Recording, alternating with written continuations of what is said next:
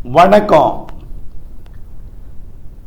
செல்வகுமாரின் மாலை வானிலை ஆய்வறிக்கை. அதிகாரப்பூர்வ வானிலை அறிக்கைக்கு இந்திய வானிலை ஆராய்ச்சித்துறை அறிக்கையை பார்க்கவும். 2026 ஜனவரி 13 செவ்வாய்க்கிழமை மாலை ஆய்வறிக்கை.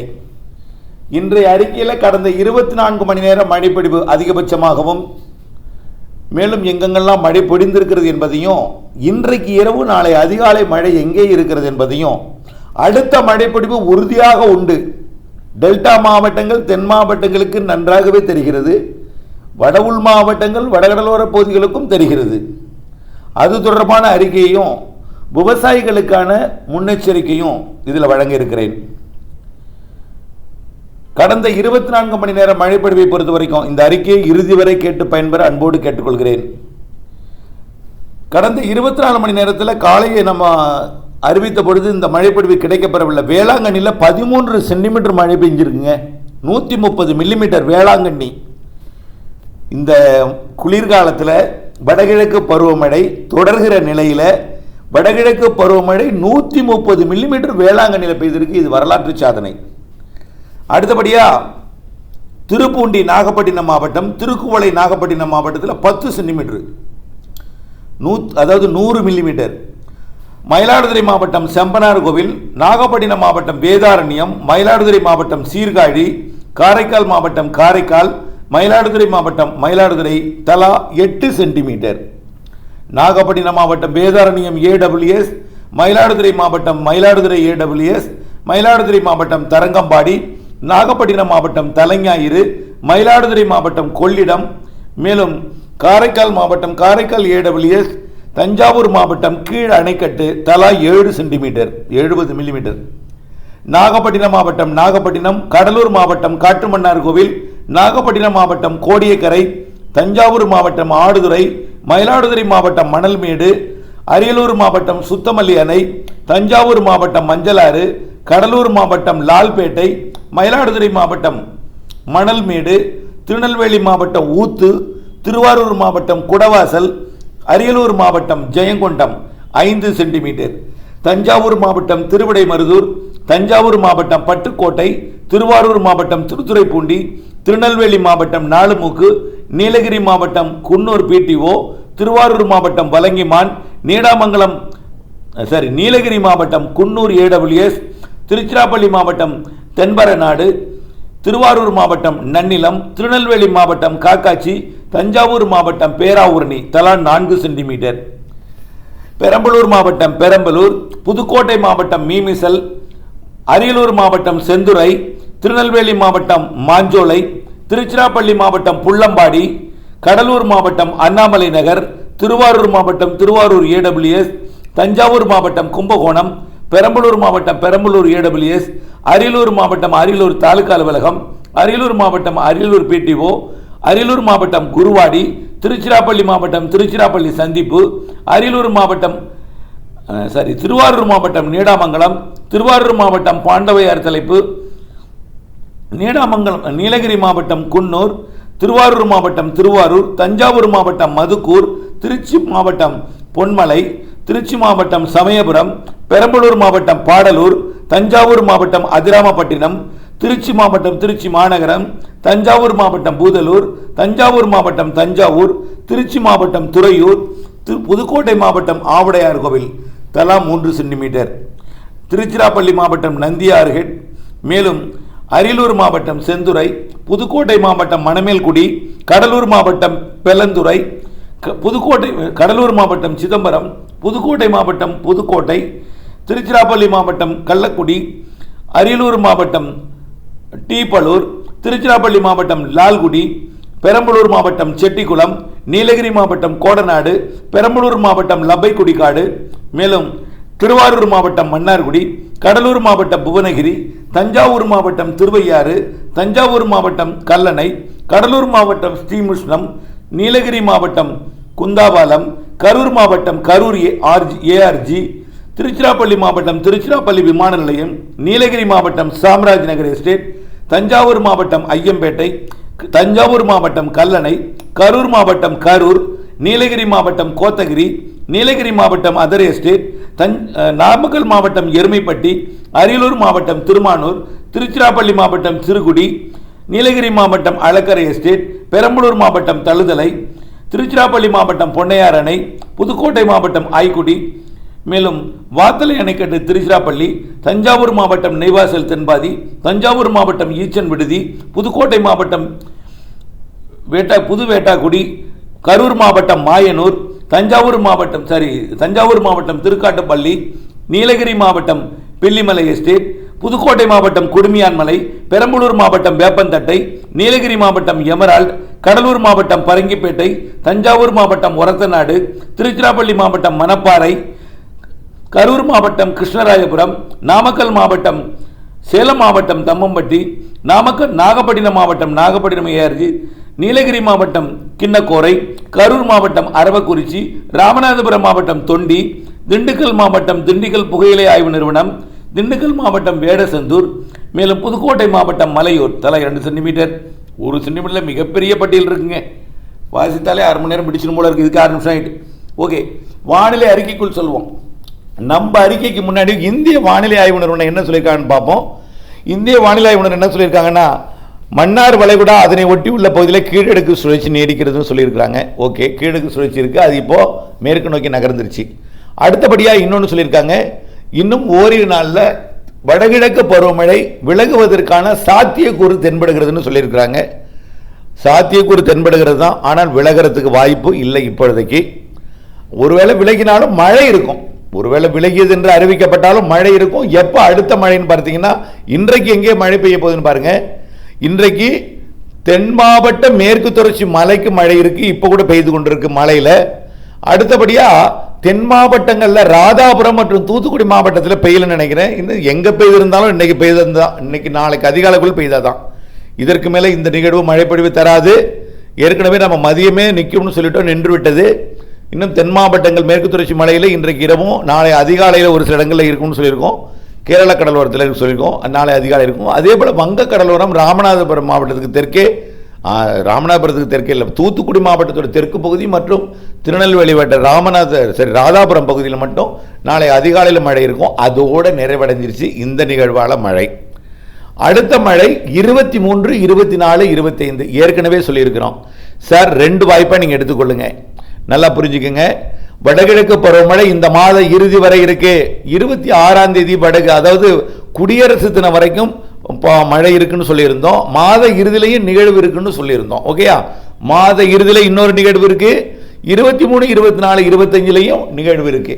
23, 24, 25 வலுவான நிகழ்வு. இது எதுக்கு நான் சொல்றேன்னா, விரைந்து நிலக்கடலை விதைப்பை பண்ணுங்க. 23, 24, 25 கனமழை இருக்கிறது. டெல்டாவிற்கு கண்டிப்பாக கனமழை இருக்கு. அடுத்தபடியா அறுவடையை பொங்கல் முடிஞ்சோடனே தொடக்குங்க. 23ஆம் தேதிக்குள்ள அறுவடை பண்ணணும். நீங்க அறுவடை முதிர்ந்த தானியங்களை மட்டும், அறுவடைக்கு முதிராமல் இருந்தால் நீங்க அதுக்கப்புறம் 3 நாள் கழிச்சு அடுத்த அறுவடை செய்யலாம். மாத இறுதியிலையும் மேலும் 2 நாள் மழை இருக்கு. ஆக மழை உறுதியாகவே தெரியுதுங்க. 23, 24, 25 சரி. எங்கெங்கெல்லாம் பெய்யும் 2 வாய்ப்பா எடுத்துங்க. அதாவது இமயமலைக்கு மேற்கத்திய இடையூறு வரப்போகுது அந்த நாளில் 23, 24, 25. மேற்கத்திய இடையூறு வந்தால் குளிரை கட்டுப்படுத்தும். ஓகேங்களா, சரி. கிழக்கிருந்து வரக்கூடிய நிகழ்வும் அதே நாளில் இலங்கைக்கு தெற்கே வரப்போகுது, தென்கிழக்கே. அப்போ குளிரை கட்டுப்படுத்தும் பொழுது குளிரலை எதிர்ப்பு இல்லாமல் நல்ல முன்னேறி வந்து மழைப்பொழிவை கொடுக்கும். கிழக்கு காற்றை கொண்டு வந்து ஏற்றும். கிழக்கு காற்றை ஏற்றும் பொழுது வட இந்திய நிலப்பகுதிக்கு வடக்கு, அதாவது இமயமலையில் இருக்கக்கூடிய அந்த மேற்கத்திய இடையூறு என்ன செய்யும்னா, அதாவது குறைந்த அழுத்த பகுதி பனிப்புயல் மாதிரி சொன்னோம்னா அதே போல் பனிப்புயல்னு வச்சுக்கலாம். அது புயல் தான், காற்றழுத்த தாழ்வு பகுதி தான், தீவிர தாழ்வு பகுதி மண்டலமாக கூட இருக்கும். அது இமயமலைக்கு வரக்கூடிய அது ஒரு இடையூறு, மேற்கத்திய இடையூறுன்னு பேர். அதாவது பனியை உருக செய்கிறது தான் இடையூறு. குளிர்காலத்தில் மழைப்பொழிவை கொடுப்பது அங்கே இடையூறு, அதான் மேற்கத்திய இடையூறுங்கிறோம். அதனால இப்போ அது என்ன ஆகும்னா, இந்த கிழக்கு காற்றை வடகடலோர மாவட்டங்கள் வழியாக, கர்நாடக எல்லையோர மாவட்டங்கள் வழியாக, ஆந்திர எல்லையோர மாவட்டங்கள் வழியாக, ஆந்திர பிரதேசம், தெலுங்கானா, கர்நாடகா வழியாக இமயமலை நோக்கி இருக்கும்னு எதிர்பார்க்கப்படுகிறது. அதனால ஒரு நாள் அல்லது 2 நாள் இது வடக்கே முன்னேறி மழைப்பொழிவை கொடுக்கும். கிழக்கு காற்று எங்கே வருதோ அங்கே மழைப்பொழிவை கொடுக்கும்னா, கிழக்கு காற்று வடக்கு நோக்கி இழுத்தா வடத கடலோர மாவட்டங்கள் வரைக்கும் மழை பொழிவு கொடுக்க வாய்ப்பு இருக்குது. 23, 24, 25. இன்னொன்று, தெற்கே இருக்கக்கூடிய நிகழ்வும் ஒரு நாள் தெற்கே இருக்கும், ஒரு நாள் வடக்கே இருக்கும். அப்போ ஆரம்ப கட்டத்தில் தெற்கு நோக்கி இருக்கும், அப்புறம் அடுத்த நாள் வடக்கு நோக்கி இருக்கும். இப்படி ரெண்டு பக்கமும் மழை பொழிவு கொடுப்பதற்கு வாய்ப்பு இருக்குது. ஆனால் தெற்கேன்னா, அதாவது இந்த கிழக்கு காற்றை கொண்டு வரக்கூடிய நிகழ்வு வலுவாக இருந்துச்சுன்னா கிழக்கு காற்றை நன்றாக ஏற்றும், தமிழ்நாட்டில் ஏற்றும். அது நிலநடுக்கோட்டு இந்திய பெருங்கடலையோ அது இலங்கைக்கு ஒட்டி தெற்கு பகுதியிலேயே போனாலும் கிழக்கு காற்றை நன்றாக தமிழ்நாட்டில் ஏற்றும். தமிழ்நாட்டில் ஏற்றும் போது இமயமலையில் இருக்கக்கூடிய சிஸ்டம் இந்த காற்று அங்கே ஈர்த்ததுன்னா தென் மாநிலங்களுக்கே மழை தரும்.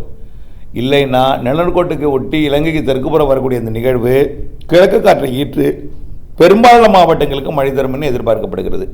23, 24, 25, 23, 24, 25. அது 23ஆம் தேதி வராமல் 24 வந்துச்சுன்னா 26ஆம் தேதி மழை இருக்கும். ஆனால் புரியுதுங்களா? ஆனால் தமிழ்நாடு ஃபுல்லாகவே கொஞ்சம் பரவலாக தான் தெரிகிறது. புரியுதுங்களா? உறுதியாக நேரத்துக்குள்ள. ஆனால் உறுதியாக எனக்கு தெரியும் எங்கெங்கெல்லாம் பெய்யணும். டெல்டாவுக்கு தெரியுது, தென் மாவட்டங்களுக்கு தெரியுது, பிற மாவட்டங்களுக்கு வடக்கு நோக்கி ஈர்க்காமல் போனால் வட உள் மாவட்டங்களுக்கு இருக்காது. தெற்கு பகுதியை நோக்கி இது சிஸ்டம் இருக்கும். கிழக்கு காற்று ஏறி தெற்கு நோக்கி போகும். கண்டிப்பாக தென் மாவட்டங்களுக்கு இருக்க வாய்ப்பு இருக்குது. எதாக இருந்தாலும் தொடர்ந்து அப்டேட்ஸோடு இணைந்திருக்கணும். கண்டிப்பாக அந்த நிகழ்வு மழை தரும், நிறைய மழை தரும். அது எந்த மாவட்டங்களுக்கு என்பது நீங்கள் இணைந்திருக்கணும். அதனால தான் விரைந்து அறுவடை முடிக்கணும். பொங்கல் முடிஞ்சோடனே 22ஆம் தேதிக்குள்ளே அறுவடை முடிங்க. அதுக்கப்புறம் முதிராத நெல் தானியங்களை மாத இறுதியில் இன்னொரு சிஸ்டம் இருக்குல்ல, இந்த 22, 23, 24க்கு அடுத்தது 25, 26, 27 நீங்கள் அறுவடை செய்யணும் அந்த நாளில். அப்போ இடைவெளி அடுத்தது 2 நாள் மழை பெஞ்சிட்டு அடுத்தது இடைவெளி கொடுத்துரும். தெரியுதுங்களா? பிப்ரவரியில் இடைவெளி இருக்கும், நல்ல இடைவெளியே இருக்கும் பிப்ரவரி என்பதை தெரிந்து கொள்ள விரும்புகிறேன், அறிவிக்க கடமைப்பட்டிருக்கிறேன். அடுத்தபடியாக இந்த நிகழ்வு இப்போது நேற்று முன்தினோடனே இவ்வளவு பகுதியில் மழை பொழிந்திருக்கிறது நீங்கள் உணரணும். ஆக நம்ம நீண்ட கால அறிக்கையில் இந்த அளவிற்கு சொல்கிறது ரொம்ப சவால்ங்கிறேன். நான் ஒன்று சொல்கிறேன், சற்றே அப்படி சிந்தித்து பாருங்கள். செல்வகுமார் தவறாக சொல்கிறார், எங்களுக்கு மழை பெய்யல. அப்போது நீங்கள் அறிக்கை தப்புன்னு சொல்லக்கூடாது. மனசாட்சி தொட்டு சொல்லுங்கள். தமிழ்நாட்டில் இத்தனை இடத்துல மழை பெஞ்சிருக்கு, உங்கள் ஊரில் மழை பெய்யலைங்கும் பொழுது எனக்கு தவறுன்னு எனக்கு தென்படலை. ஒருவேளை உங்களுக்கு தவறுன்னு சொன்னால் நல்ல அறிக்கை யாராவது சொன்னால் அதை நீங்கள் பின்பற்றி கொள்ளலாம். புரியுங்க? சரியாக துல்லியமான அறிக்கை சொல்கிறவங்க பின்பற்றி கொள்ளலாம். சொல்லலை, நான் அது ஒன்றும் சொல்லவே இல்லை. என்ன? ஆகவே அதிகாரப்பூர்வ வானிலை அறிக்கை இருக்குல்ல, இந்திய வானிலை ஆராய்ச்சித்துறை, அதை பின்பற்றி கொள்ளலாம். அதுதான் நான் சொல்லிட்டு இருக்கேன். அதிகாரப்பூர்வ வானிலை அறிக்கைக்கு இந்திய வானிலை ஆராய்ச்சித்துறை அறிக்கையை பார்க்கணும்னு சொல்லியாச்சு. ஓகே, இது நம்மை நம்பியிருப்பவர்களுக்காக கண்டிப்பாக 13 சென்டிமீட்டர் நாகப்பட்டினத்தில் பெஞ்சிருக்கு நேற்றைக்கு மட்டுமா. அதுக்கு முன்னாடி 10 சென்டிமீட்டர். கிட்டத்தட்ட 3 நாள்லேயே இந்த நாகப்பட்டினம் மாவட்ட சராசரியே மிக அதிகமாக ஏறி இருக்குது. எவ்வளோ பார்ப்போமா மழைப்பொழிவு எந்த மாவட்டத்தில் எவ்வளோன்னு, அதையும் நம்ம இதையும் சொல்லிடுறேன். இப்போ பாருங்கள், பின்வாங்கன்னு சொல்லியிருக்காங்க. ஆனால் பின்வாங்க வாய்ப்பில்லை. பின்வாங்கியதுன்னு அறிவிக்கப்பட்டாலும் மழை தொடர்ந்துட்டு இருக்கும். 23, 24, 25 மாத இறுதி மழையெல்லாம் இருக்கிறது, மாற்றம் இல்லை. அப்புறம் மழைப்பிடிவு ஒட்டுமொத்த தமிழ்நாட்டில் இந்த குளிர்கால மழை, அதாவது குளிர்கால மழை இல்லை, வடகிழக்கு பருவமழை தான். ஜனவரி 1ஆம் தேதியிலேருந்து குளிர்கால மழைன்னு கணக்கில் எடுப்பாங்க. இந்திய வானிலை நிறுவனம் குளிர்கால மழைன்னு தலைப்பு போட்டு எழுதுவாங்க. அதன் அடிப்படையில் குளிர்கால மழைப்பிடிவு தமிழ்நாட்டில், அதாவது இந்த வடகிழக்கு பருவமழை ஜனவரி மழைன்னு சொல்லுவோம். எது குளிர்கால மழைப்பாங்களே, ஜனவரி அதாவது வடகிழக்கு பருவமழை ஜனவரி மாதம் 1ஆம் தேதியிலேருந்து இன்றைக்கு வரைக்கும் எவ்வளோ பெஞ்சிருக்குன்னு பார்த்தீங்கன்னா, பெய்ய வேண்டியது 7.5 மில்லிமீட்டர் தான். ஒட்டுமொத்த தமிழ்நாட்டில் 22 மில்லிமீட்டர் பெஞ்சிருக்கு எல்லா ஊர்லையும். அதாவது மொத்தம் உதாரணத்துக்கு ஒரு 1000 இடம் 1000 மழைமானி இருக்குது அப்படின்னு வச்சுங்களேன். 1000 மழைமானிக்கும் சராசரியாக 2 சென்டிமீட்டர் 2.2 சென்டிமீட்டர் பெஞ்சிருக்கு. 2.2 சென்டிமீட்டர் பெஞ்சிருக்கு. ஆனால் அது எல்லாமே ஒரு இடத்துல கொட்டினாலும் அந்த 1000 × 2.2 இது எல்லாம் ஒரு இடத்துல கொட்டினாலும் தமிழ்நாடு சராசரியில் தான் ஏறும். ஒரு இடத்துல கூடுதலாக பெய்யும், ஒரு இடத்துல பெய்யாமல் இருக்கும், ஒரு இடத்துல குறைவாக பெய்யும். சராசரியை பார்க்கும்பொழுது எவ்வளோ பெஞ்சிருக்குன்னா 7.5 மில்லிமீட்டர் தான் பெய்யணும்.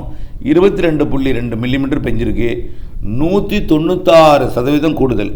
100% இல்லை, 196% கூடுதல். இப்போ எந்த மாவட்டத்தில் ரொம்ப அதிகமாக பெஞ்சிருக்குன்னு பார்த்தீங்கன்னா, அரியலூர் மாவட்டத்தில் +328% கூடுதல். இது நீங்கள் வடகிழக்கு பருவமழை பெய்யலை, இது குளிர்கால மழை மட்டும் தனியாக கேட்குறோம். இது ரெண்டையும் சேர்த்து 2ஆல் வகுத்து போட்டிங்கன்னா அது உண்மை என்னென்னு தெரிஞ்சிடும். வடகிழக்கு பருவமழை என்னென்னு அது வேணால் நாளைக்கு போடுறேன். ரெண்டையும் சேர்த்து 2ஆல் வகுத்து போட்டிங்கன்னா வடகிழக்கு பருவமழை எவ்வளோ தெரிஞ்சிடும். இந்த ஜனவரிலேருந்து பெய்ய வேண்டிய மழை அதிகமாக பெஞ்சிருக்க இடம் அரியலூரில் அதிகமாக பெஞ்சிருக்கு. நல்ல மழையை கூடுதலாக பெஞ்சிருக்கு. கோயம்புத்தூர்லேயும் 176 +176 பெஞ்சிருக்கு. ஏன்னா 4.4 மில்லிமீட்டர் தான் பெய்யணும், 12 மில்லிமீட்டர் பெஞ்சிருக்கு. புரியுங்களா? சென்னையில் கூட 13.9 மில்லிமீட்டர் தான் பெய்யணும், 28.8 மில்லிமீட்டர் பெஞ்சிருக்கு. இப்போ நிறைய மழை தான் பெஞ்சிருக்கு. திண்டுக்கல் மாவட்டத்தில் 428% கூடுதலுங்க, 7 மில்லிமீட்டர் தான் பெய்யணும், 36.7 மில்லிமீட்டர் பெஞ்சிருங்க. திண்டுக்கல் என்னன்னா 36.7 மில்லிமீட்டர் பெஞ்சிருக்கு. ஆக 3.6 சென்டிமீட்டரு தலா ஒவ்வொரு இடத்துக்கும் பெஞ்சிருக்கு. ஆனால் எல்லாம் சேர்ந்து ஒரு இடத்துல கூடுதலாக பெஞ்சிருக்கு. ஒரு சில இடத்துல கூடுதலாக பெஞ்சிருக்கு, ஒரு இடத்துல இல்லாமல் இருக்கும்பொழுது ஆவரேஜாக இருக்குது. நமக்கு அதிகாரப்பூர்வமாக இந்திய வானிலை ஆய்வு நிறுவனம் கொடுத்துருக்க அறிக்கை தான். திண்டுக்கல் மாவட்டத்தில் 7 மில்லிமீட்டர் தான் பெய்யணும், 36.7 மில்லிமீட்டர் பெஞ்சிருக்கு, 425% கூடுதல். ஈரோடு மாவட்டம் 237% கூடுதலாக இருக்குது. நான் சொல்கிறது ஜனவரி மழை. இந்த ஜனவரி மழை ஜனவரியில் பெய்ய வேண்டிய மழை. ஆனால் ரொம்ப குறைவாக பெஞ்சிருக்கிறது கள்ளக்குறிச்சி, கன்னியாகுமரி இதெல்லாம் குறைவாக பெஞ்சிருக்கு. காஞ்சிபுரத்துலேயும் குறைவாக பெஞ்சிருக்கு. காரைக்காலில் அதிகமாக பெஞ்சிருக்கு. கரூரில் பாருங்கள் 982, 2.6 மில்லிமீட்டர் தான் பெய்யணும், 28 மில்லிமீட்டர் பெஞ்சிருக்கு கரூரில். ஆகவே நிறைய மாவட்டங்கள் கூட நாகப்பட்டினம் பாருங்கள் 395 ப்ளஸ் 395, அதாவது 29 மில்லிமீட்டர் பெய்யணும், 143 மில்லிமீட்டர் பெஞ்சிருக்கு நாகப்பட்டினத்தில். இதுங்க பெரம்பலூரில் 418% கூடுதல், 4.8 மில்லிமீட்டர் தான் பெய்யணும், 24.9 மில்லிமீட்டர் பெஞ்சிருக்கு. புரியுதுங்களா? நான் வேணால் நிறைய டீட்டெயில் வேணால் நாளை எல்லா ஊரையும் சொல்கிறேன். ஆகவே மழை பெய்திருக்கிறது குறிப்பிட்ட இடங்களில் கூடுதலாகவும் குறிப்பிட்ட இடங்களில் ஒதுக்கியிருக்கு. ஏன்னா குறைவாக பெஞ்சிருக்கு, சில இடங்களில் ஒதுக்கியிருக்கு. அதான் உண்மை. அடுத்த மழை இன்றைக்கி நைட்டு தென் மாவட்ட மேற்கு தொடர்ச்சி மலை, நாளைக்கு அதிகாலை தென் கடலோரம், அதாவது ராதாபுரம் இந்த பகுதி மட்டும். அதில் பெய்யலைன்னா அவ்வளோ முடிஞ்சிட்டு அடுத்தது 23, 24, 25. அதுக்கப்புறம் 2 மணி நேரம் இடைவெளி விட்டு மாத இறுதி 27, 28, 29, 30 இருக்கும். ஆக மழை இருக்கிறது. தொடர்ந்து அப்டேட்ஸோடு இணைந்திருங்கள். அறுவடை விவசாயிகள் இணைஞ்சே இருக்கணும். தயவுசெய்து நிலக்கடலை விவசாயிகள் விரைந்து நிலக்கடலை போடுங்க. இல்லைன்னா 23 மழை வருதுங்கிறத நினைவில் கொண்டு போடுங்க. அதே போல் இது மக்காச்சோள அறுவடையும் அதே போல் தான் திட்டமிடுங்க. அப்டேட்ஸ் அவசியம். அப்டேட்ஸோடு இறந்துருங்க. இப்படியே போயிடாதீங்க. அறுவடை விவசாயிகள் மிக்க கவனமாக இருக்கணும். அறுவடைக்கு இடைவெளி இருக்குதா, எப்போ அறுவடை செய்யலாங்கிறத அறிந்திருக்கணும். இணைந்திருங்கள் அப்டேட்ஸுடன். நன்றி.